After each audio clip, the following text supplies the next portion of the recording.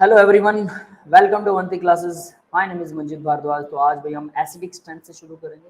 What is acidic strength? ठीक है, तो एसिडिक स्ट्रेंथ जीओसी के अंदर आती है, सिंपल सी चीज है। तो यहाँ पर क्या क्या होने वाला है, आर्नियस एसिड पता है सबको, H पॉजिटिव आयन जो डोनेट करते हैं वो आर्नियस एसिड होते हैं। यस, ठीक है, H पॉजिटिव आयन डोनेट करते हैं। और ब्रोंस्टेड एसिड और जो OH नेगेटिव आयन डोनेट करते हैं वो होते हैं आर्नियस बेस। ये दोनों आर्नियस है, ठीक है। ये तो आर्नियस। अब ब्रोंस्टेड एसिड और ब्रोंस्टेड बेस में क्या होता है? ब्रोंस्टेड एसिड वही होते हैं जो H पॉजिटिव आयन डोनेट करते हैं, सेम है ना। लेकिन जो H पॉजिटिव आयन एक्सेप्ट करता है, एक्सेप्ट जो करता है वो होता है ब्रोंस्टेड बेस। ये डिफरेंस है आर्नियस एसिड, आर्नियस बेस और ब्रोंस्टेड एसिड और ब्रोंस्टेड बेस में। यस, क्लियर है ये? यस सर जी, है ना। ये सबको पता है, ऑलरेडी पता होगा, है ना। चलिए, यस 11th का है। ठीक है। अब बात करते हैं लेविस एसिड, लेविस बेस की। तो जो लोन पेयर डोनर होता है वो लेविस एसिड और बेस होता है, और जो लोन पेयर एक्सेप्टर होता है वो लेविस बेस होता है ना, और एसिड होता है।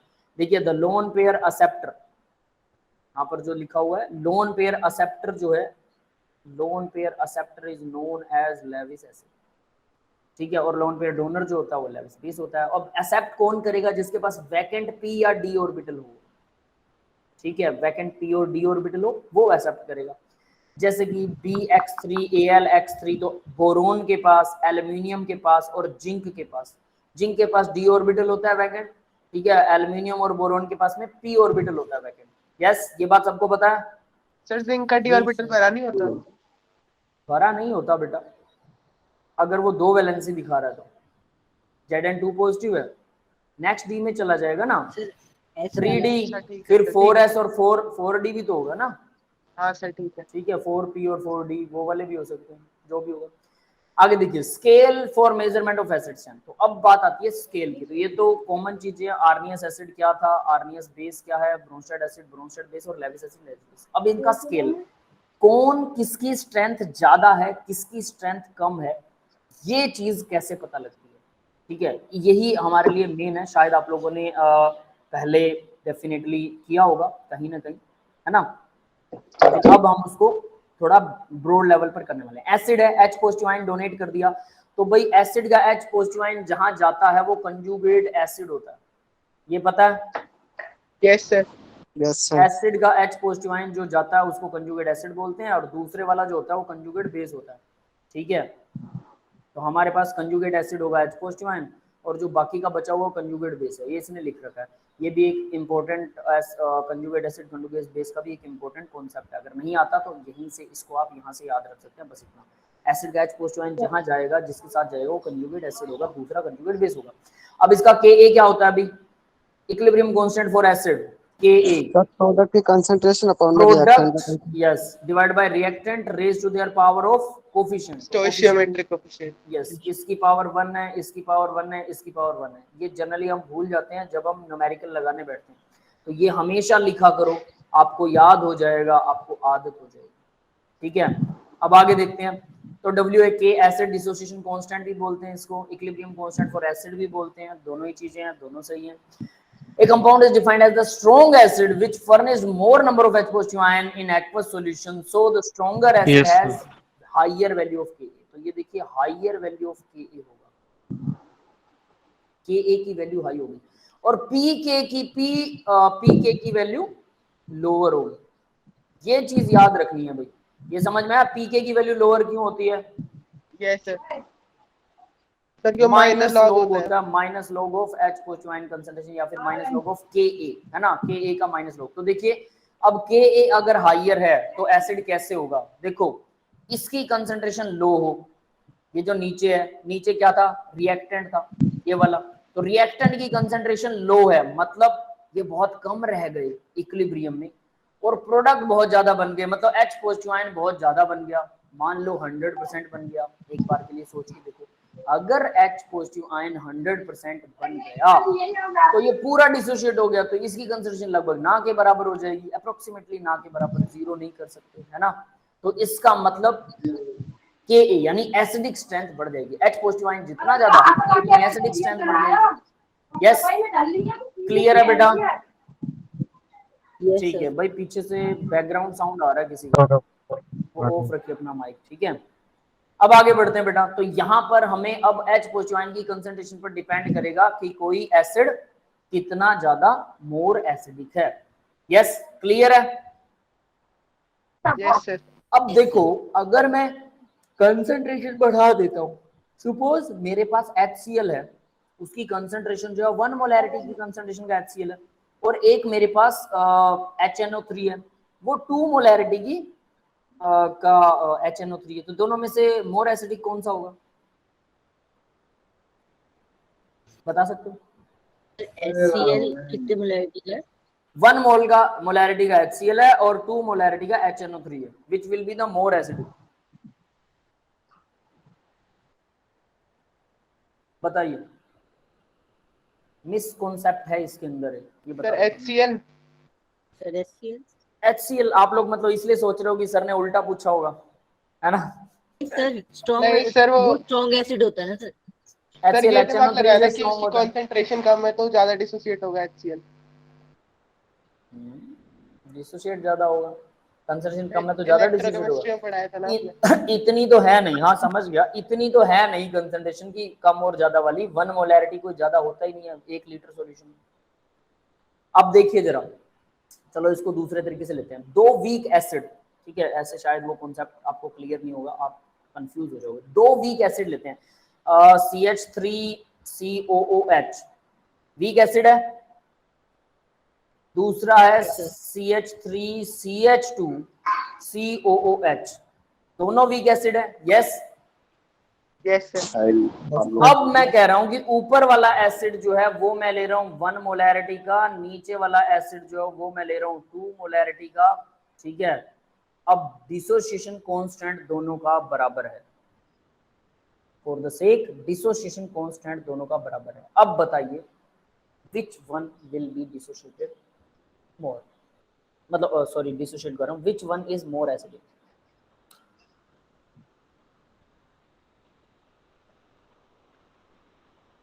जल्दी बताइए। सर वो एसिटिक एसिड ज्यादा एसिडिक है। सर हाइपर कंजुगेशन और ऐसे कुछ कॉन्सेप्ट मत लगाना, ठीक है। चलो एक और चीज लगा देते हैं, ठीक है, आप लोग उसमें कंफ्यूज ना हो, इसको हम खत्म कर रहे हैं। लो, ये भी CH3COH ही है, सेम ही एसिड है, बताओ कौन सा ज्यादा एसिडिक है? सर 1 मोलर वाला ज्यादा मतलब वो है सर 1 क्यों? मोलर। क्यों? क्योंकि सर इनका डिसोसिएशन कांस्टेंट वो है ना सेम है, तो वहां से अल्फा निकाला तो 2 मोलर के लिए अल्फा स्क्वायर बाय 2 आ रहा है, लेकिन 1 मोलर के लिए सिर्फ अल्फा स्क्वायर आ रहा है। तो उससे मतलब आप 2 को कैसे लगा रहे हो, डिवाइडेड बाय 2 कंसंट्रेशन? नहीं सर, वहाँ पे Ka को इक्वल पुट कर दिया ना दोनों के लिए, तो वहां से अल्फा की वैल्यू निकाली थी। K को इक्वल पुट कर दिया, अल्फा की वैल्यू, तो वो तो H पॉजिटिव की कंसंट्रेशन किसकी ज्यादा आएगी, नीचे वाले की ज्यादा आएगी। 2 सर अल्फा तो ऊपर वाले का ज्यादा आएगा ना। अल्फा ऊपर वाले का ज्यादा, अरे अल्फा मैंने बोला सेम है, डिसोसिएशन कांस्टेंट सेम मानिए दोनों का, दोनों सेम ही तो एसिड है, तो डिसोसिएशन कांस्टेंट सेम है। सर वो तो डिग्री ऑफ डिसोसिएशन होता है ना। हाँ, और अल्फा सॉरी अल्फा जो भी है उसको सेम मानिए अल्फा को। अब ज्यादा तिकड़मबाजी में पड़ गए हो मेरे को लग रहा है ना। चलो मैं इसको सिंपल करता हूँ, देखिए सर सेम क्या ही है। होगा फिर। हाँ देखिए मैं बताता हूँ, ये सेम ही होगा, दैट इज द रीजन, ये सेम ही होगा, एसिडिक स्ट्रेंथ इसकी सेम होने वाली है। अब हम कहेंगे कि इसकी कंसंट्रेशन ज्यादा है, तो आप कंसंट्रेशन को मत काउंट करो भाई। सबसे पहली बात, अगर आप कंसंट्रेशन को देख रहे हो तो कंसंट्रेशन तो पूरे एसिड की बताई जाती है ना, कंसंट्रेशन CH3COOH की बताई जा रही है आपको। H पॉजिटिव आयन की कंसंट्रेशन देखनी है आपको, H पॉजिटिव आयन की कंसंट्रेशन अगर किसी की ज्यादा है तो वो स्ट्रॉन्ग एसिड है। एसिड की कंसंट्रेशन नहीं देखनी, H पॉजिटिव आयन की कंसंट्रेशन देखनी है। ये बात समझ में आ रही है सबको? Yes sir. क्लियर है? तो यहाँ पर हम H पॉजिटिव आयन की कंसंट्रेशन देखेंगे, ना कि एसिड की कंसंट्रेशन। अगर आप कंप्लीट एसिड की कंसंट्रेशन देखते हो तो गलत कॉन्सेप्ट लगा दोगे, कंप्लीट एसिड में की कंसंट्रेशन के हिसाब से उसकी पावर आपको नहीं पता लगेगी, बस ये ध्यान रखना और कुछ नहीं है। Generally conjugate base is stronger than acid, base of stronger acid is more stable. तो भाई कंजुगेट बेस जो है स्ट्रॉन्गर एसिड का मोर स्टेबल होता है, क्यों? अब यहाँ देखिएगा, अगर ये स्टेबल है, ठीक है, अगर ये स्टेबल है तभी तो ये रिएक्शन इस तरफ जाएगी ना, वरना रिएक्शन रिवर्स हो जाएगी। ये बात क्लियर है सबको? बेटा माइक ऑफ रखिए आप लोग,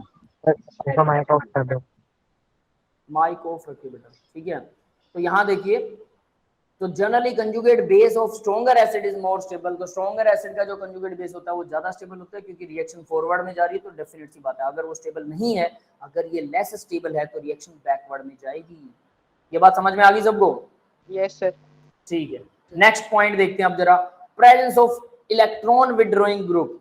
इलेक्ट्रॉन विड्रॉइंग ग्रुप अगर लगा देते हो आप, इलेक्ट्रॉन विड्रॉइंग ग्रुप अगर ये है in alkyl R part of the acid increase the stability of anion.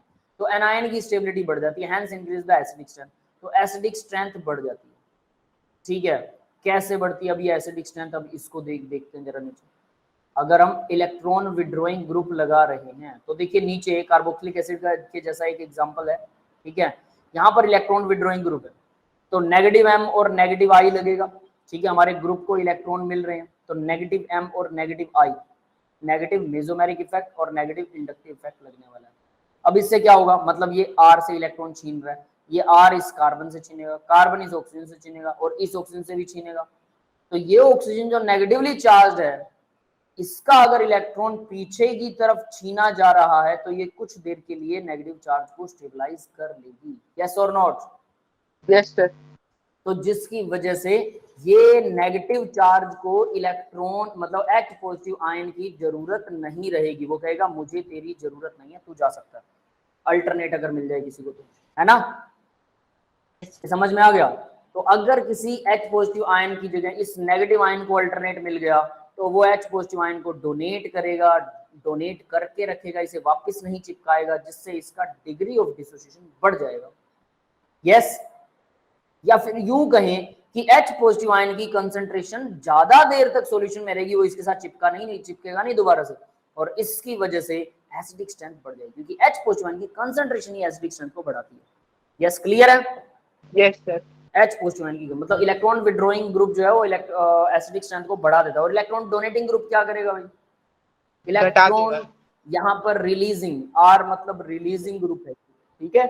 Generally ये लिखते होते हैं, इन्होंने इलेक्ट्रॉन रिलीजिंग ग्रुप कर दिया, तो ये इलेक्ट्रॉन इधर दे रहा है, ये इसको दे रहा है, ये सर ERG का मतलब इलेक्ट्रॉन रिलीजिंग ग्रुप। हाँ बेटा, इलेक्ट्रॉन रिलीजिंग, बिल्कुल वही कह रहा हूँ। तो जनरली हम बोलते होते हैं इलेक्ट्रॉन डोनेटिंग ग्रुप, ठीक है। तो हम यहाँ पर इन्होंने ERG लिखा है, तो वो सर इलेक्ट्रॉन रिमूविंग ग्रुप हो जाएगा। रिमूविंग नहीं, रिलीजिंग बेटा, छोड़ने वाला, जो इलेक्ट्रॉन छोड़ रहा है, ठीक है। इसको ना EDG बोलते होते हैं, इलेक्ट्रॉन इलेक्ट्रॉन डोनेटिंग, बट इन्होंने ERG लिख रखा है, बस मैं ये डिस्कस कर रहा हूँ और कुछ नहीं है इसमें, ठीक है। Don't be confuse. तो ये देखिए क्या करेगा, इलेक्ट्रॉन इधर से डोनेट कर रहा है, ये इसको दे रहा है, और ये इस ऑक्सीजन को देगा। अब ऑक्सीजन पर पहले से नेगेटिव चार्ज है, तो अगर इसको और इलेक्ट्रॉन मिलेंगे तो ये क्या करेगा, अब ये कहेगा कि मुझे फिर कोई ऐसा चाहिए जो इलेक्ट्रॉन्स को टॉलरेट कर सके, मुझसे ले सके, तो ये H पॉजिटिव आयन को अपने पास फिर से अट्रैक्ट कर लेगा। और अगर ये अट्रैक्ट हो गया तो H पॉजिटिव आयन की कंसंट्रेशन डाउन हो जाएगी, उसका डिसोसिएशन कम हो जाएगा डेफिनेटली, तो यानी कि एसिडिक स्ट्रेंथ डिक्रीज हो जाएगी। यस, क्लियर है बेटा? Yes sir. ठीक है। तो भाई ये पॉजिटिव एम या पॉजिटिव आई लगेगा, है ना। तो कंसंट्रेशन जो है वो HC का यहाँ क्या मतलब होगा भाई?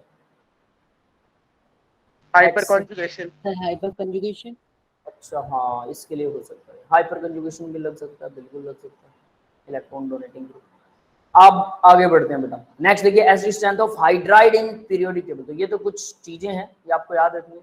अब हाइड्राइड्स है पीरियोडिक टेबल के अंदर, जैसे along the period from left to right as the electronegativity increases Ka increases, electronegativity increase होगी तो Ka इंक्रीज होगा। क्यों? इलेक्ट्रोनेगेटिविटी क्या होगा भाई? इलेक्ट्रॉन छीनेगा इधर से, तो भाई O नेगेटिव स्टेबल हो जाएगा, O नेगेटिव स्टेबल होगा, H निकल जाएगा, है ना, तो H इजीली निकलेगा या H ज्यादा स्टेबलाइज हो जाएगा, दैट इज इट। क्लियर है बेटा ये बात सबको? Yes sir. ठीक है। तो यहाँ देखिए इन्होंने क्या कर रखा है, कार्बन, नाइट्रोजन, ऑक्सीजन, फ्लोरीन। तो फ्लोरीन जो है वो सबसे ज्यादा एसिडिक होगा, किसके मुकाबले? HF सबसे ज्यादा एसिडिक होगा। यस, क्लियर है? Yes sir. अब एक चीज बता देता हूँ, HF जो है ना इंटरेस्टिंग फैक्टर है, HF और NaOH बेस है, सोडियम हाइड्रोक्साइड, ये दोनों वो एसिड हैं HF और NaOH जो कि एसिड और बेस हैं जो ग्लास शीशे को डिसॉल्व कर सकते हैं। क्लियर है? शीशे को Yes, sir. डिसॉल्व करने वाले होते हैं, बहुत छोटे होते हैं साइज के अंदर, तो शीशे के अंदर आसानी से घुस जाते हैं। कंजुगेट बेस एनायन क्या होंगे भाई? अब इनके conjugate base anion H positive ion निकाल दो सब में से, तो CH3 नेगेटिव, HF और दूसरा कौन सा? NaOH बेटा, NaOH सोडियम हाइड्रोक्साइड, ओके ठीक है। फिर OH negative, F negative, stability. तो अब देखो स्टेबिलिटी किसकी ज्यादा है? जिसकी स्टेबिलिटी ज्यादा होगी वो कंजुगेट बेस की स्टेबिलिटी जिसकी ज्यादा होगी। फ्लोरीन नेगेटिव की सबसे ज्यादा स्टेबिलिटी है बाकियों के मुकाबले, इसलिए HF जो है वो ज्यादा स्टेबल है, ठीक है, ज्यादा एसिडिक है, सिंपली ये कह सकते हैं।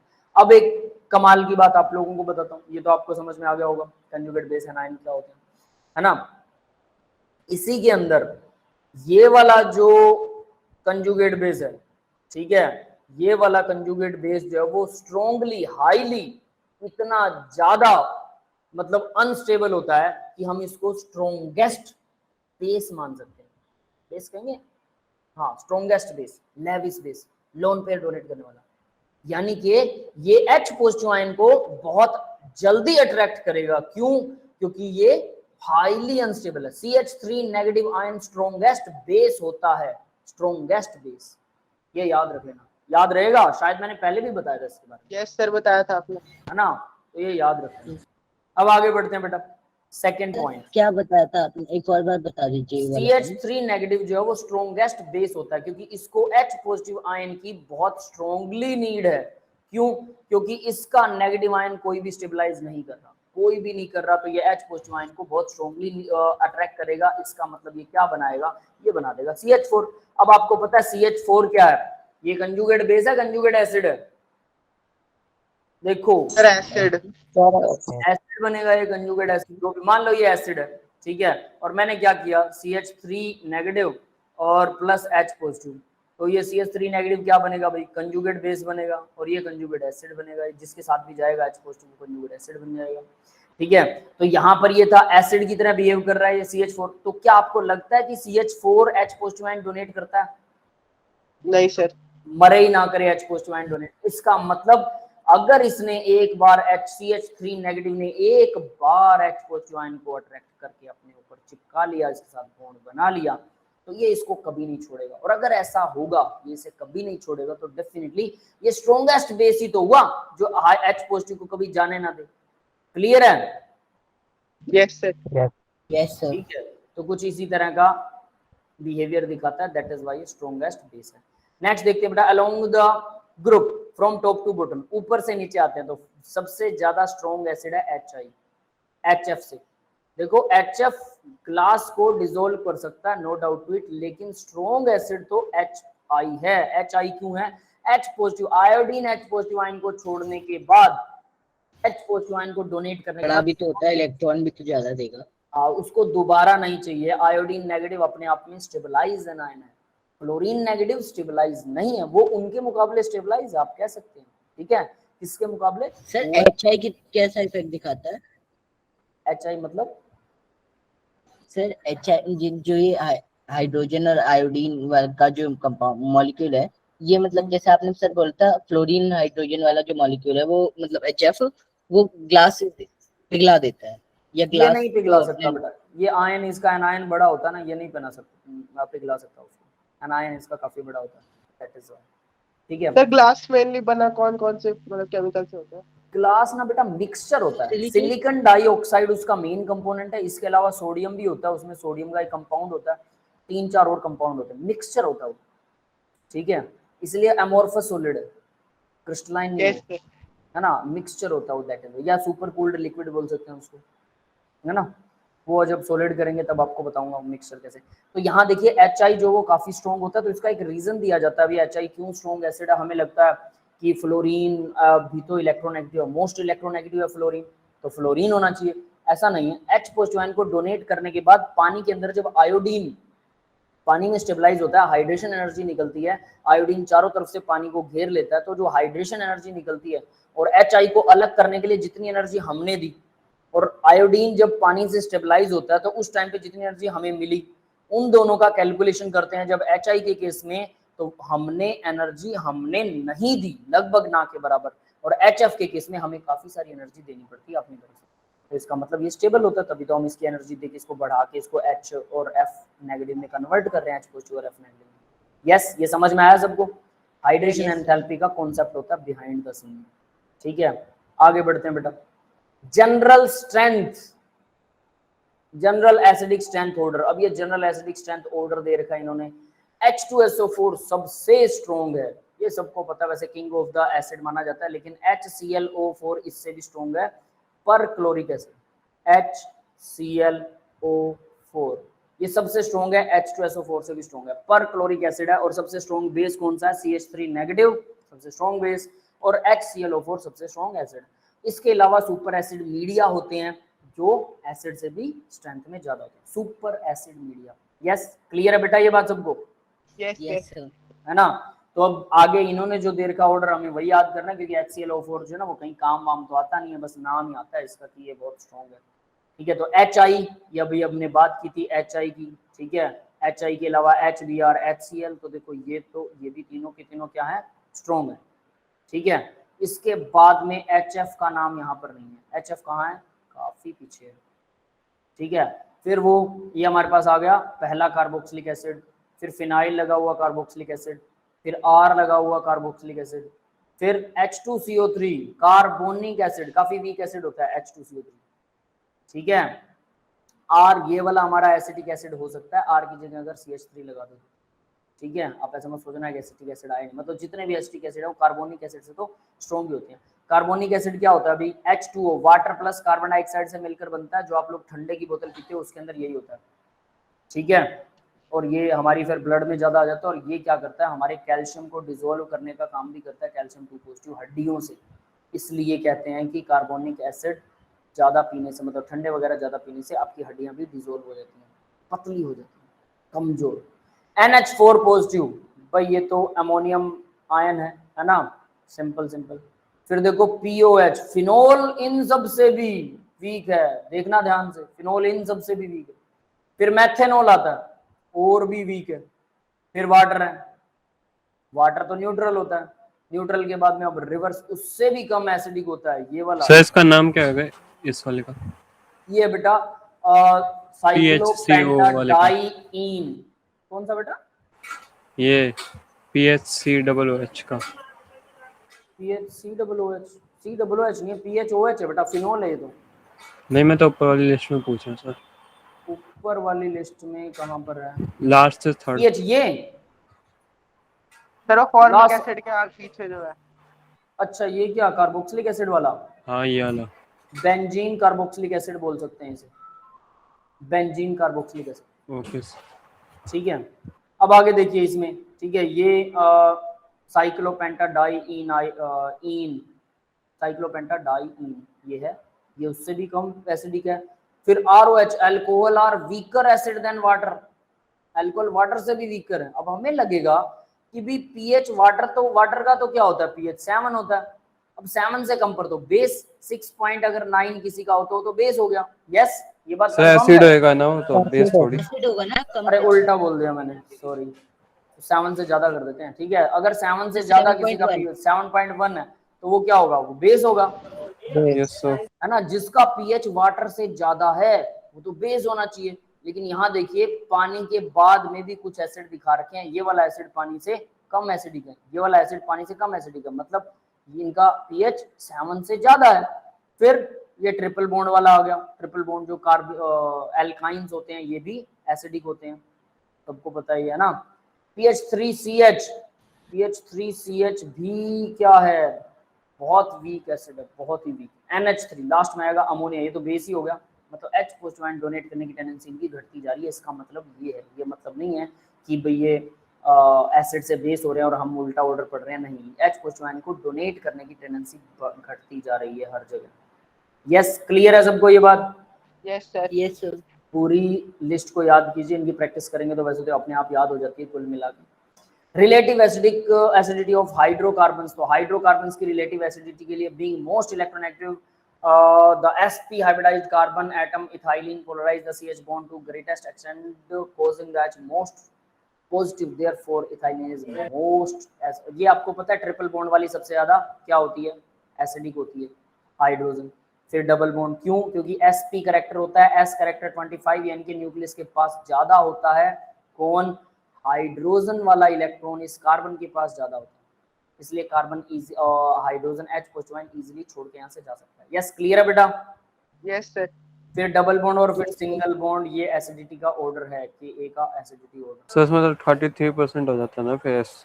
बिल्कुल बेटा, एस करेक्टर की वजह से ही एसिडिक, लेकिन इसका मतलब ये नहीं कि आप इसको एसिड ही मान लो और ये भी एसिड है, ये मिनिमल है, बहुत ही कम एसिडिक होते हैं, ये वाला तो Yes, sir. एसिडिक होता ही नहीं है, ठीक है। इसमें तो मतलब 25% ही होके रह जाएगा। न्यूट्रल होता है ये, बिल्कुल न्यूट्रल, लेकिन एटलीस्ट बस लोग मानते हैं कि ये दिया हुआ है ऑर्डर, तो भाई ऑर्डर के हिसाब से तो ऑर्डर हमें याद करना ही पड़ेगा, ठीक है। आगे बढ़ते हैं बेटा, एसिडिटी ऑफ फिनोल। अब फिनोल की एसिडिटी देखिए, फिनोल कहाँ था पता है, ये रहा फिनोल, ये रहा फिनोल। तो फिनोल अपने आप में काफी कम एसिडिक है, ठीक है, लेकिन फिर भी पानी से ज्यादा एसिडिक है, ये पीएच पानी से ज्यादा है, तो इसका मतलब ये सो इसमें तो कई सारे बन जाते हैं डबल बॉन्ड तो। किसमें बेटा, फिनोल में तो बन जाते हैं, 3 डबल बॉन्ड बन जाते हैं, वो तो ज्यादा एसिडिक होना चाहिए। 3 double bond in the sense, अरे मतलब ये चीज ना के बराबर एसिडिक है, अगर आपको ऐसा लग रहा है तो, ये मैंने बोला ना के बराबर एसिडिक है। फिनोल के अंदर क्या होता है, बेंजीन रिंग जो है, वो बेंजीन रिंग इलेक्ट्रॉन्स को OH है तो ऑक्सीजन अपना लोन पेयर इधर डोनेट करेगा, नेगेटिव चार्ज बेंजीन रिंग के ऊपर घूमता रहेगा, समझ में आया, और ये नेगेटिव चार्ज ऑर्थो पैरा के ऊपर घूमता है और वापस रेजोनेंस दिखाता है। हाँ, और इस वजह से H पॉजिटिव रिलीज हो जाता है कुछ देर के लिए। तो ये एसिड है, वीक एसिड है, काफी वीक एसिड है। कितना वीक एसिड है, हालांकि ये पीएच पेपर के ऊपर डेफिनेटली ब्लू लिटमस पेपर को भी ब्लू को रेड कर देता है, ठीक है। तो मतलब ब्लू लिटमस पेपर को रेड कर सकता है, पानी तो कुछ करता ही नहीं है, तो पानी से तो ज्यादा एसिडिक है। यस क्लियर है ये बात। Yes sir. ठीक है, अब आगे देखिए एसिडिटी ऑफ फिनोल। तो फिनोल के ऊपर पढ़ेंगे, फिनॉक्साइड आयन होता है भाई, जो बनता है उसको फिनॉक्साइड आयन बोलते हैं, ठीक है, जो इसको स्टेबलाइज रखता है। Ion is more stabilised by the resonance than the unionised phenol. Unionised phenol, जो आयोनाइज्ड नहीं होता वो वाला फिनोल, ठीक है, तो इसका रेजोनेंस जो है वो ये रेजोनेंस की वजह से ज्यादा स्टेबलाइज होता है, दैट इज इट। ठीक है भाई, अब देखिए नेगेटिव आई और negative M group increase the acidic strength of the phenol because the effectively dispersing the negative charge of phenoxide and alternatively I positive and M positive groups decrease the acid strength। तो ये acid strength को decrease करते हैं, ठीक है, positive अगर positive effect लगेगा तो अल्टरनेटिवली। तो यहाँ देखिए NO2 ग्रुप लगा हुआ है भाई, NO2 ग्रुप क्या करेगा, इलेक्ट्रॉन अपनी तरफ अट्रैक्ट करेगा, जिससे electron withdrawing group benzene ring के ऊपर जो ऑक्सीजन लोन पेयर डोनेट करेगा, जब H पॉजिटिव आयन छोड़ के चला जाएगा तो वो बेंजीन रिंग NO2 से रोक के रखेगा, वो इलेक्ट्रॉन इस तरफ खींचेगा, तो ये एसिडिक ज्यादा हो गया। क्लियर है ये पॉइंट सबको समझ में आया? यस सर, इसमें तो रेजोनेंस भी बन जाएगा। फिर दूसरा देखिए OH या नॉर्मल फिनोल है, कोई दिक्कत नहीं है। तीसरा देखिए बेंजीन रिंग है ही नहीं, तो ये तो ऑब्वियस है, ये साइक्लो है तो स्टेबल है ना। पहला और दूसरा इन्होंने ज्यादा एसिडिक दिया, फिर फोर्थ वन दिया, फोर्थ वन ये है CH3 इलेक्ट्रॉन डोनेटिंग ग्रुप है, तो डेफिनेटली ये इससे तो कम होगी, लेकिन इससे तो ज्यादा एसिडिक होगा ना, इसमें तो कुछ है ही नहीं, सिर्फ साइक्लोहेक्सेन है और वो फिनोल लगा हुआ उसके ऊपर, है ना, OH लगा है। अब आगे बढ़ते हैं इसी से, तो मतलब फोर्थ वाला आ गया। फिर फिफ्थ वाला देखिए OCH3 ग्रुप, ऑक्सीजन तो पक्के वाला इलेक्ट्रॉन डोनेटिंग है इधर, तो अगर ये इलेक्ट्रॉन डोनेट कर रहा है तो नेगेटिव चार्ज अनस्टेबल हो जाएगा, वो H पॉजिटिव आयन को वापस छीन लेगा, तो दैट इज व्हाई ये भी इतना एसिडिक नहीं होगा, ठीक है। तो पहले आएगा पहला, फिर दूसरा, फिर चौथा, फिर पांचवा और उसके बाद में तीसरा, तीसरा तो सबसे लास्ट में। यस क्लियर है सबको? Sir yes sir. हाँ बेटा। सर फोर्थ वाले में जो H+ छोड़ के जाएगा वो ऑक्सीजन वाला जाएगा, CH3 वाला जाएगा? ऑक्सीजन वाला जाएगा बेटा, CH3 तो हाइपर कंजुगेशन दिखाएगा, ठीक है sir, okay. CH3 hyper conjugation से स्टेबलाइज कर देगा इसको, ठीक है, बस ये करता है।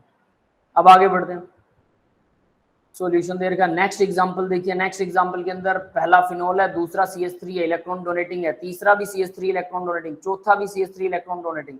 तो भाई इसके अंदर सीधा सीधा ही देखना है कि ये तो सारे एक जैसे। फिनोल डेफिनेटली एसिडिक होगा, पहला नंबर तो बिल्कुल सही है। फिर तीसरे नंबर को मेटा वाले को इसने इफेक्टिव बताया है, एसिडिक स्ट्रेंथ इसकी ज्यादा होगी। क्यों? ऑर्थो और पैरा के ऊपर हाइड्रोजन जब हाइपर कंजुगेशन दिखा के इलेक्ट्रॉन डोनेट करेगा तो वो इलेक्ट्रॉन यहां तक पहुंचेगा, यहां तक, जो ऑक्सीजन को ज्यादा इफेक्ट करेगा। ठीक है, ऑर्थो में भी ऐसा होगा बिल्कुल, लेकिन मेटा के अंदर क्या होगा, वो इलेक्ट्रॉन यहां पर नहीं आने वाला। जो ये इलेक्ट्रॉन यहाँ हाइड्रोजन डोनेट करेगा, फिर यहाँ के बाद में वो यहाँ आएगा, फिर ऐसे घूमते घूमते वो यहाँ आ जाएगा, नेगेटिव चार्ज यहाँ आएगा, नेगेटिव चार्ज यहाँ आएगा। ठीक है, बट नेगेटिव चार्ज यहाँ भी आएगा, बट नेगेटिव चार्ज इस पोजीशन और इस पोजीशन पर कभी नहीं आएगा, तो इस ऑक्सीजन को नेगेटिव चार्ज नहीं मिलेगा। ऑर्थो मेटा और ऑर्थो पैरा डायरेक्टिंग वो ग्रुप्स पढ़ रखे हैं ना सबने?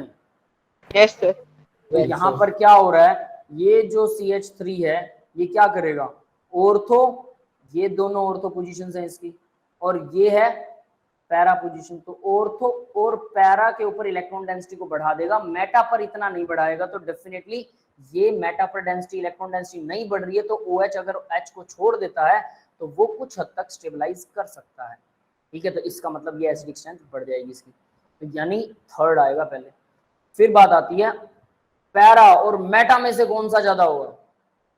अब ध्यान से देखना भाई, पैरा वाले को ज्यादा दिखा रखा है, मेटा वाला ज्यादा इफेक्ट नहीं दिखाएगा, तो बहुत पास बैठा है ये रिपेल। सर ऑर्थो और पैरा में से ना मेटा, हाँ सॉरी मैं उल्टा बोल रहा हूँ, ऑर्थो और पैरा, ये और ये, ऑर्थो और पैरा में। ठीक है, यहाँ पर पैरा वाला जो है वो ज्यादा एसिडिक है, मतलब वो H इजीली छोड़ देगा। CH3 एक तो दूर है, वहां आते आते इफेक्ट करता है। ठीक है, और ऑर्थो वाले में क्या हो रहा है, CH3 बहुत पास बैठा है तो बहुत जल्दी इफेक्ट करेगा, तो डेफिनेट सी बात है वो इलेक्ट्रॉन्स जल्दी डोनेट करेगा OH को, तो OH जो है फिर वो H डोनेट नहीं करने वाला। यस, क्लियर है ये बात सबको? Yes sir. इस तरह के लॉट्स ऑफ एग्जांपल्स हैं, वो सब एग्जांपल्स आपको करने हैं, याद रख लेना। ठीक है, तो ये वाला एग्जांपल भी इंपॉर्टेंट मार्क कर रहा हूँ, इंपॉर्टेंट नहीं ऐसे लिख देते हैं इसको, है ना, क्रिसोल्स के केस में। नेक्स्ट थर्ड एग्जांपल देखिए, अल्कोहल NO2 ग्रुप। तो भाई NO2 2-3 पोजीशंस के ऊपर NO2 लगा हुआ है ना, तो हमें हमारे हिसाब से ऑर्थो ज्यादा इफेक्ट करता है, तो फोर्थ वाला तो सबसे पहले होना चाहिए, लेकिन फोर्थ वाला दूसरे नंबर पर है। इसका रीजन, सेकंड वाला सबसे पहले है, पैरा सबसे ज्यादा इफेक्ट करेगा, ठीक है, लेकिन ये फोर्थ वाला सेकंड इसमें इलेक्ट्रॉन लेने वाला ग्रुप है ना सर? हाँ, इलेक्ट्रॉन एक्सेप्ट करेगा डेफिनेटली, लेकिन यहाँ पर क्या होता है, ये ऑर्थो अपना इफेक्ट दिखाता है, ये रिपल्शन भी करता है इसको, है ना, इस वजह से भी ये सेकंड नंबर पर चला जाएगा। हालांकि पहले नंबर पर होना चाहिए, इलेक्ट्रॉन एक्सेप्ट यहाँ से आसानी से ऐसे करके इलेक्ट्रॉन एक्सेप्ट कर लेगा, जिससे H आयन डोनेट हो जाएगा और ये ऑक्सीजन को वापस भी नहीं लेगा, तो सबसे पहले नंबर पर होना चाहिए, बट ऐसा नहीं हो रहा है। क्यों? क्योंकि इसको रिपेल करता है, इसके रिपल्शन की वजह से इनका ओरिएंटेशन खराब हो जाता है, सिंपल आप ये मान सकते हैं। ठीक है, दूसरी बात, सिर्फ ओरिएंटेशन की नहीं है, यहाँ पर हाइड्रोजन बॉन्डिंग भी हो जाती है। हाइड्रोजन बॉन्डिंग के लिए नीचे देखो इन्होंने डायग्राम दिखा रखा है, बहुत से केसेस में ओरिएंटेशन का रीजन होता है, यहाँ पर हाइड्रोजन बॉन्डिंग का। ठीक है, ये भी एक वन ऑफ द रीजन है, तो इसको रट्टा मार लेना इस नीचे वाले डायग्राम कि इसकी वजह से इसकी एसिडिटी कम हो जाती है। तो फोर्थ वाले की एसिडिटी सबसे ज्यादा होनी चाहिए थी, बट हुआ क्या, वो हाइड्रोजन बॉन्ड की वजह से उसकी एसिडिटी कम हो जाती है। Intramolecular hydrogen bonding, ortho nitrophenol, ये आप लोगों ने पढ़ा भी होगा +1 के अंदर, ऑर्थो नाइट्रोफिनोल, ये वही वाला एग्जांपल है। ठीक है, तो यानी पहले नंबर पर फिर पैरा वाला आएगा, फिर दूसरे नंबर पर ऑर्थो वाला आएगा, जो कि पहले नंबर पर होना चाहिए था। थर्ड और फोर्थ आप ढूंढ सकते हैं, नाइट्रो ग्रुप मेटा पर लगा है और यहाँ पर कुछ ग्रुप भी नहीं है इलेक्ट्रॉन एक्सेप्टिंग, तो डेफिनेटली सबसे कम यही होगा। यस, क्लियर है सबको ये बात? Yes sir. Acidity of carboxylic acid, carboxylic acid की एसिडिटी, तो ये देखिए भाई, H डोनेट करने के बाद इनमें ऐसा कुछ रेजोनेंस होता है, इलेक्ट्रॉन दोनों ऑक्सीजन के पास साइमल्टेनियसली घूमता रहता है। इलेक्ट्रॉन विड्रॉइंग ग्रुप होगा, इंक्रीज करेगा एसिडिक स्ट्रेंथ अगर इलेक्ट्रॉन विड्रॉइंग ग्रुप है तो, ठीक है। अगर इलेक्ट्रॉन रिलीजिंग ग्रुप है तो डिक्रीज करेगा एसिडिक स्ट्रेंथ को। इलेक्ट्रॉन डोनेट करने वाला पॉजिटिव आई और पॉजिटिव एम दिखाएगा, और नेगेटिव आई और नेगेटिव एम दिखाएगा, तो वो इंक्रीज करेगा। सेम चीज है भाई, तो यहाँ पर भी एक लंबा चौड़ा सा वो है, एक सीरीज आएगी वो आपको याद करनी पड़ेगी। देखिए फ्लोरीन लगा हुआ है, एसिडिक स्ट्रेंथ बढ़ गई, क्लोरीन लगा है, एसिडिक स्ट्रेंथ थोड़ी कम होगी, ब्रोमीन उससे कम, आयोडीन सबसे कम एसिडिक स्ट्रेंथ। यस, क्लियर है ये वाला? तो यस सर। नेक्स्ट देखिए बी वाले में, बी के अंदर 3 क्लोरीन लगे हैं, 2 क्लोरीन लगे हैं, 1 क्लोरीन लगा है, क्लोरीन लगा ही नहीं, तो ग्रुप नंबर ऑफ ग्रुप बढ़ाओगे तब भी एसिडिक स्ट्रेंथ बढ़ जाएगी। ये सेकंड वाला एग्जांपल है, ठीक है। थर्ड वाला देखिए, थर्ड वाला केस, पहला कार्बोक्सिलिक एसिड, दूसरा कार्बोक्सिलिक एसिड, ये तो हमने कर लिया था, याद हो। तीसरा कार्बोक्सिलिक एसिड है ना, कार्बन की चेन बढ़ती जाएगी, एसिडिटी जो है वो कम होती जाएगी, सीधी बात है ना। पहला कार्बोक्सिलिक एसिड पहले था, फिर उसके बाद आर लगा हुआ था दूसरे कार्बोक्सिलिक एसिड के केस में, तो कार्बन की चेन इलेक्ट्रॉन डोनेटिंग होती है, इलेक्ट्रॉन डोनेटिंग है तो डेफिनेट सी बात है चेन बढ़ेगी या ब्रांचिंग बढ़ेगी तो भी इलेक्ट्रॉन डोनेशन बढ़ जाएगा, जिससे एसिडिक स्ट्रेंथ कम हो जाएगी। नीचे वाला केस देखिए, ये सारे आसान केस हैं।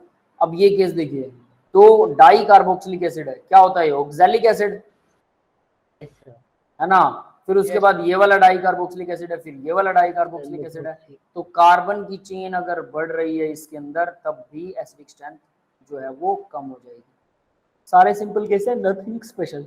हाँ, मैलिक एसिड वाला केस आएगा अब नीचे, कंपैरिजन बिटवीन ज्योमेट्रिकल आइसोमर्स के बीच में, ये बहुत इंपॉर्टेंट वाला केस है अभी, मैलिक एसिड वाला, इसको याद रखना आप। मैलिक एसिड देखो सबसे पहले क्या होता है, COOH ये रहा और COOH, यस क्लियर है सबको? Yes sir. नॉर्मल चेन है दोनों तरफ, और CH के अंदर डबल बॉन्ड है, ये होता है मैलिक एसिड, ठीक है। इसको सिंपल करके बना देता हूँ ताकि आपको थोड़ा सा नजर आए। डबल बॉन्ड है, CH है, इसके साथ COOH है, इसके साथ भी COOH है, उल्टा लगा देते हैं, COOH, यस क्लियर हो गया है सबको? Yes sir. ये होता है मैलिक एसिड, सिंपल सीधी लाइन में। अब बात करते हैं इसका K1, जब 1 H पॉजिटिव आयन छोड़ा तो K1 आएगा, H पॉजिटिव आयन छोड़ने के बाद क्या बना, हाइड्रोजन बॉन्ड बन गया, ठीक है, क्लियर है? ये देखो बीच में इसने, इस वाले ने H पॉजिटिव आयन छोड़ दिया तो इसने दूसरे वाले OH के साथ में हाइड्रोजन बॉन्ड बना लिया, दिख रहा है सबको? Yes sir. है ना, तो ये बन गया हाइड्रोजन बॉन्ड। अब अगर ये हाइड्रोजन बॉन्ड बन गया तो इसका मतलब ये स्टेबलाइज हो गया, अब इसको H पॉजिटिव आयन की जरूरत ही नहीं, क्योंकि दूसरा ऑक्सीजन, दूसरा हाइड्रोजन उसको थोड़े बहुत इलेक्ट्रॉन डोनेट कर रहा है। K2 देखो, जब ये दूसरा H पॉजिटिव आयन डोनेट कर देगा तब दोनों नेगेटिव हो जाएंगे, एक दूसरे को रिपेल करेंगे, यस, तो ये वाला तो ज्यादा स्टेबलाइज नहीं होने वाला। ये बात समझ में आ गई मैलिक एसिड की? Yes sir. ठीक है, आगे बढ़ते हैं अब जरा। फ्यूमेरिक एसिड, अब जरा ध्यान से देखना, दोनों एसिड एक ही हैं, वही सेम फॉर्मूला है, कोई फर्क नहीं है, लेकिन फ्यूमेरिक एसिड मतलब ये ट्रांस हो गया, सिस वाले को मैलिक बोलते हैं, ट्रांस वाले को फ्यूमेरिक बोलते हैं। ये क्लियर है? Yes sir.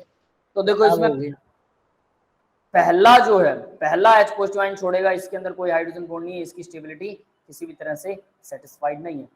दूसरा जब छोड़ेगा तब भी स्टेबिलिटी किसी भी तरह से सेटिस्फाइड नहीं है, लेकिन रिपल्शन भी नहीं है भाई, पहले वाले में तो रिपल्शन था, याद है? ये देखिए रिपल्शन है इसमें, ठीक है, समझ में आ रहा है? Yes sir. तो नाउ K1 जो है, K1 ज्यादा है as compare to K1F, K1F ये रहा फ्यूमेरिक का, दोनों फ्यूमेरिक है, और ये M का मतलब है मैलिक एसिड, तो मेलोनिक एसिड का K1 ज्यादा है फ्यूमेरिक वाले से, क्यों? क्योंकि हाइड्रोजन बॉन्ड की वजह से, पहले वाला स्टेबल था ना, हाइड्रोजन बॉन्ड की वजह से, ये समझ में आ गया? Yes sir. ठीक है, अब नेक्स्ट देखिए, since the conjugate base is stabilised by the intermolecular hydrogen bonding, ये रीजन भी दे रखा उन्होंने। नेक्स्ट देखो K2F, फ्यूमेरिक एसिड वाला ज्यादा स्टेबल है मैलिक एसिड वाले से, K2M से। Since malic acid after donating जो है वो फेसेस एक दूसरे के सामने होते हैं, make system unstable, fumaric acid के अंदर repulsion is less, in fumaric acid repulsion less होती है, कब? जब दूसरे वाले की बात करते हैं, तो दोनों केसेस आपको याद होने चाहिए, ठीक है, कि एक में हाइड्रोजन बॉन्ड बन रहा है, दूसरे के अंदर ऐसा हो रहा है, दोनों याद होने चाहिए। क्लियर है बेटा? Yes sir. Acidic strength in of substituted benzoic acid, substituted benzoic acid की एसिडिक स्ट्रेंथ देखिए क्या होती है। अब इसके अंदर बेंजोइक एसिड देखेंगे, उसको सब्स्टिट्यूट करेंगे, तो सबसे पहले कार्बोक्सिलिक एसिड है पहला, सबसे ज्यादा होती है, फिर फिनोल बेंजीन के ऊपर है, क्या बोलते हैं, बेंजीन कार्बोक्सिलिक एसिड बोल सकते हैं, फिर बेंजीन है। अब बेंजीन क्या, इसकी कौन सी एसिडिक स्ट्रेंथ? अभी बेंजीन के साथ में कुछ लगा हुआ है, ये देखो CH2 लग गया और फिर कार्बोक्सिलिक एसिड बीच में, ठीक है। फर्दर अकेला CH3 लगाओ तब उसकी स्ट्रेंथ फिर से कम हो जाए, ये सबसे वीक होगा अकेला CH3 लगा। अगर बेंजीन लगा तो इलेक्ट्रॉन एक्सेप्टिंग नेचर होता है benzene as compare to donation. Yes, clear है ये बात? Yes sir. Yes sir. Electron withdrawing group attach to the benzene ring will increase the acidic strength. Obvious, अभी इलेक्ट्रॉन विड्रॉइंग ग्रुप लगा हो तो increase कर देगा, डोनेटिंग ग्रुप होगा तो डिक्रीज कर देगा। If the electron donating group present in the para position then, अगर वो पैरा पर है, less acidic than the benzoic acid, तो वो लेस एसिडिक होगा। इलेक्ट्रॉन डोनेटिंग ग्रुप लगा हुआ तो एसिडिटी कम कर देगा पैरा पर, है ना। इलेक्ट्रॉन विड्रॉइंग लगा तो बढ़ा देगा।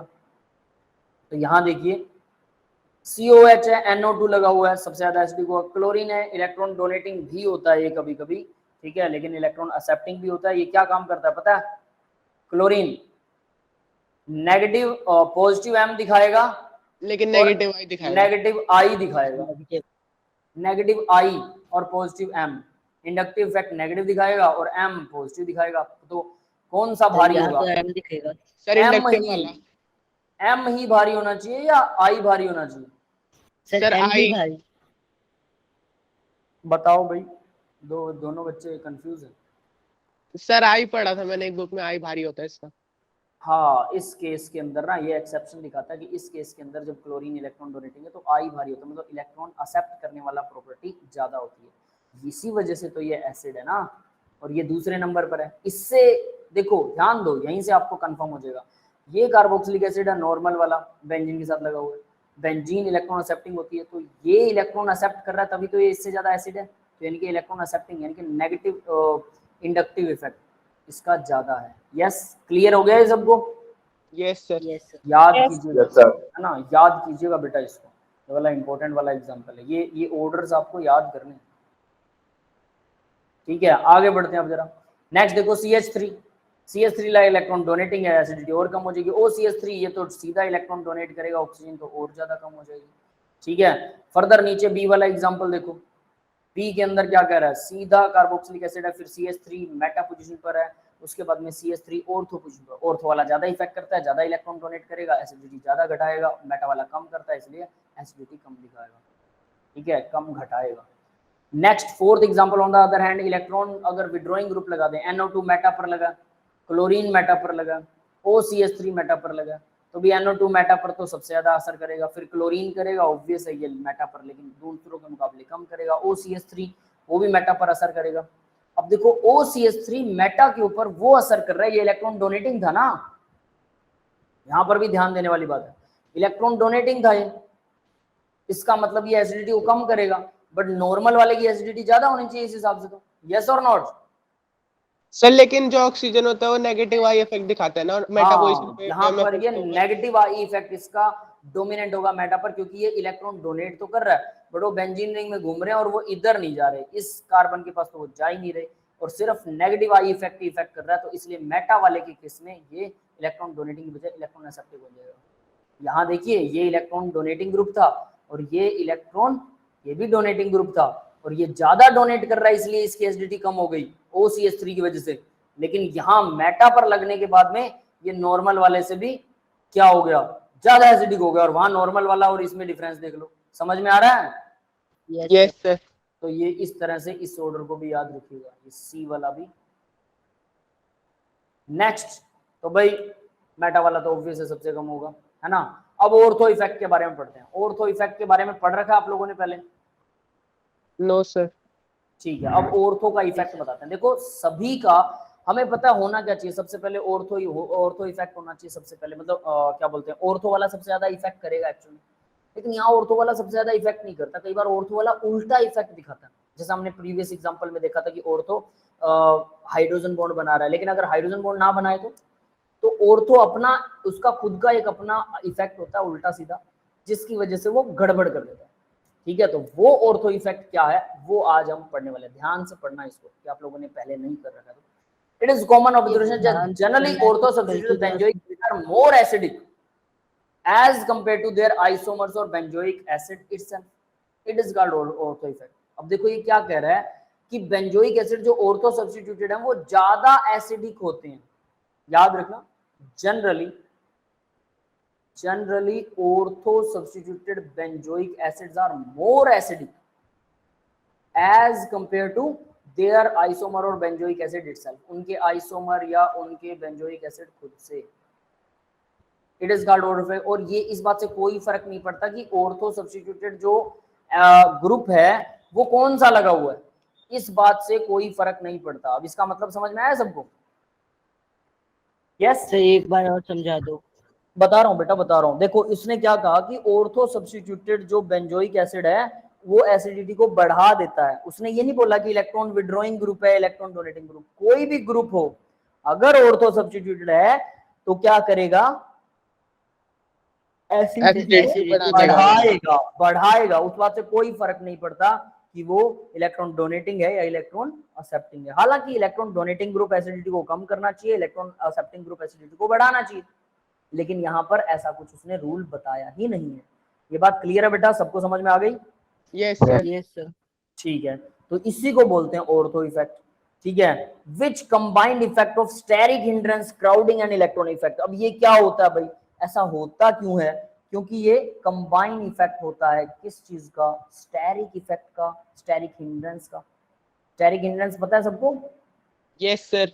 सर है ना? वही भीड़ ज्यादा बढ़ जाएगी, बढ़ गई हाँ, तो भीड़ ज्यादा, क्राउडिंग, क्राउडिंग भी वही होती है। इलेक्ट्रॉनिक इफेक्ट, इलेक्ट्रॉन्स एक दूसरे को ज्यादा रिपेल करने लग जाते हैं, chemical bonds in ortho substituted benzoic acid. However exceptions are seen, हालांकि एक्सेप्शंस भी देखे जाते हैं, मतलब हमेशा ऐसा होता है जनरली, बट एक्सेप्शंस भी होते हैं। तो मतलब सीधी सी बात है, कुल मिला के वो याद करने पड़ेंगे। देखो CH3 है भाई, एसिडिटी को बढ़ा रहा है बेंजोइक एसिड से भी ज्यादा, जबकि CH3 क्या करना चाहिए, एसिडिटी को कम कर देना चाहिए, यस सर। बट वो बढ़ा रहा है। इसको बोलते हैं ortho effect, that is ortho effect purely. फिर उसके बाद मेटा पर लगा हुआ है CH3, एसिडिटी कम है, पैरा पर है और भी कम है एसिडिटी, है ना? तो क्योंकि इलेक्ट्रॉन डोनेट कर रहा है तो ऑर्थो पर है तो कम होनी चाहिए बेंजोइक एसिड से, लेकिन ये बढ़ गई, इसकी वजह ऑर्थो इफेक्ट। मतलब कोई फर्क नहीं पड़ता कि ग्रुप इलेक्ट्रॉन डोनेटिंग है या एक्सेप्टिंग है, उसको एसिडिटी बढ़ाने से मतलब है, कम नहीं करेगा, बढ़ाएगा। क्लियर है बेटा? Yes sir. Lots of examples are there. देखिए क्लोरीन भी क्या कर रहा है, क्लोरीन भी एसिडिटी को बढ़ा रहा है, सीधी सी बात है, कोई दिक्कत नहीं है, नॉर्मल एग्जांपल है ना? ऑर्थो और मेटा के ऊपर क्लोरीन इंडक्टिव इफेक्ट दिखाता है ना, नेगेटिव वाला। यस तो मतलब इलेक्ट्रॉन एक्सेप्ट भी करता है, इसलिए इसका मेटा और पैरा जो है वो दोनों एसिडिटी को बढ़ा रहे हैं। पैरा फिर मेटा से कम क्यों है, ये भी एक सोचने वाली बात है, क्योंकि सर, पैरा वाला भी आ जाएगा। कभी कभी इलेक्ट्रॉन डोनेट भी करता है, वो पॉजिटिव एम भी दिखाता है ना? ये बात समझ में आ रही है? Yes sir. इस वजह से पैरा वाला एसिडिटी थोड़ा कम होता है। मेटा वाला इलेक्ट्रॉन डोनेट करेगा बट इसको नहीं मिलेगा, इसको नहीं मिलेगा, तो ये सिर्फ जब इंडक्टिव इफेक्ट दिखाएगा तो सिर्फ इलेक्ट्रॉन एक्सेप्ट करेगा, मतलब नेगेटिव आई दिखाएगा, तो मतलब कुल मिला के एसिडिटी को इंक्रीज करने में हेल्प करेगा, डिक्रीज नहीं। ये इंक्रीज डिक्रीज दोनों में हेल्प करता है, ठीक है, बट एट लीस्ट ये डिक्रीज नहीं इंक्रीज करने में ज्यादा हेल्प करता है, इसीलिए ये बेंजोइक एसिड से भी पहले लगा हुआ है। तो ये ऑर्डर्स ऐसे याद करने आपको। नेक्स्ट देखिए, NO2 लगाओ, ऑर्थो इफेक्ट। इलेक्ट्रॉन क्या होता है भैया, एक्सेप्टिंग होता है, नो डाउट, और इस हिसाब से क्या होना चाहिए, बढ़ाएगा, बिल्कुल बढ़ाएगा। ऑर्थो की सबसे ज्यादा है, पैरा की उसके बाद में, मेटा असर कम करता है इसलिए मेटा की है। ये तो सिंपल ऑर्डर है, इस बात में कोई डाउट नहीं। हम नॉर्मल फिनोमेना भी लगाएं तो भी ये नॉर्मल है। यस, क्लियर है सबको? Yes sir. मैं इसको मार्क ही नहीं लगा रहा क्योंकि नॉर्मल है, नॉर्मल फिनोमेना लगाओगे तब भी नॉर्मल है। नेक्स्ट वाला देखिए, अब आपस में इन्होंने चेंज कर दिया। ऑर्थो पर नाइट्रो सबसे ज्यादा असर दिखाएगा, क्लोरीन है कम असर दिखाएगा, CH3 है और कम असर दिखाएगा, बट सब एसिडिक ज्यादा है, तो ये वाला ऑर्डर भी याद करने लायक है। नेक्स्ट देखिए, OH है ऑर्थो पर सबसे ज्यादा, मेटा पर कम हो गया, ठीक है, मेटा क्योंकि इलेक्ट्रॉन एक्सेप्टिंग ज्यादा दिखा रहा है, डोनेशन का इसके ऊपर असर नहीं है, तो ये नॉर्मल वाले से तो ये भी बढ़ गया। और उसके बाद में लास्ट वाला पैरा पर है, तो इलेक्ट्रॉन डोनेटिंग असर ज्यादा होगा भी, ऑब्वियस सी बात है, इस वजह से एसिडिटी को ये घटा देगा। क्लियर है बेटा? Yes sir. Yes E, sir. F में देखो, NO2 मिथाइल, मिथाइल OH, यहां पर अगर नेगेटिव M दिखा रहा है, वैसे NO2 इलेक्ट्रॉन एक्सेप्ट कर रहा है, लेकिन आयोड, ये जो मिथाइल ग्रुप है, ये दोनों क्या कर रहे हैं, सर डोनेट कर रहे हैं। डोनेट कर रहे हैं, डेफिनेट सी बात है, तो ये एसिडिटी को कम कर देंगे। लेकिन ऑर्थो पर हैं तो ये एसिडिटी बढ़ाएंगे ही, बात ही खत्म है। समझ में आ गया? Yes yes sir. सर। तो कुल मिला के तीनों ग्रुप एसिडिटी को बढ़ा रहे हैं, इसलिए इसकी एसिडिटी ज्यादा है, ठीक है। नेगेटिव एम इफेक्ट होता है भी इसके अंदर, मतलब NO2 अपना एक्सेप्ट कर रहा है। नेक्स्ट देखिए, अब ये SIR है भाई, स्टेरिकली हिंड्रेंस वाला वो है, NO2 MeOH, SIR NO2 not in plane, ये प्लेन में नहीं होता, सो नेबरिंग ग्रुप पार्टिसिपेशन की वजह से ऐसा होता है। सो NO2 group does not exert negative M with benzene nucleus, ये इसके साथ दिखाई नहीं पाता, ये प्लेन में नहीं है। अब क्यों नहीं है ये प्लेन में, अब इसका रीजन सुनिए, ठीक है। स्टेरिकली IR, इसकी फुल फॉर्म भूल गया मैं, SIR की क्या थी, resonance. So static hindrance. Sterically I का मतलब क्या था, पता नहीं, आई का मतलब भूल गया मैं, रेजोनेंस होता है ये, ठीक है। Inhibited, yes, sterically inhibited resonance, sterically, steric inhibited,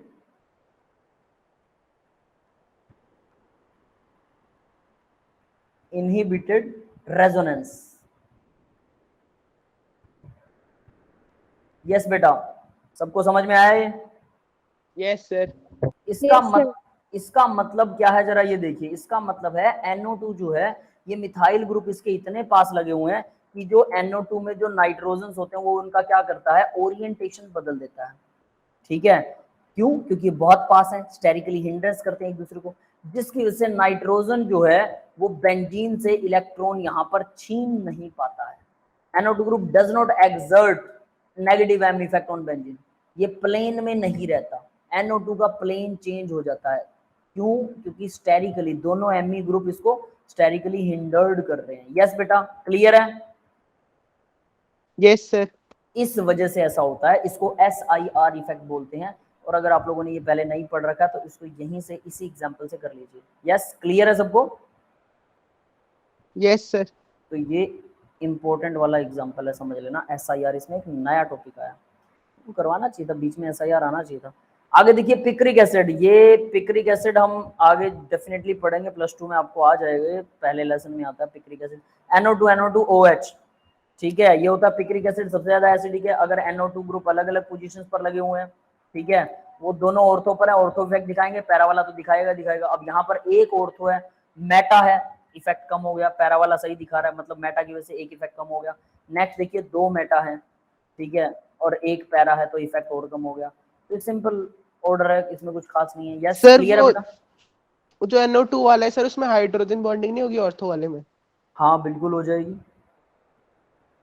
sir बिल्कुल वो होगी। एसिडिटी को कम नहीं करेगा फिर? क्या? एसिडिटी को कम करेगा ना फिर वो? हाइड्रोजन बॉन्डिंग की वजह से एसिडिटी कम करेगा, बिल्कुल मान सकते हैं, ठीक है। लेकिन ये दो हैं यहाँ पर, तो एक तो ऑर्थो इफेक्ट दिखाएगा तो एसिडिटी को बढ़ा देगा,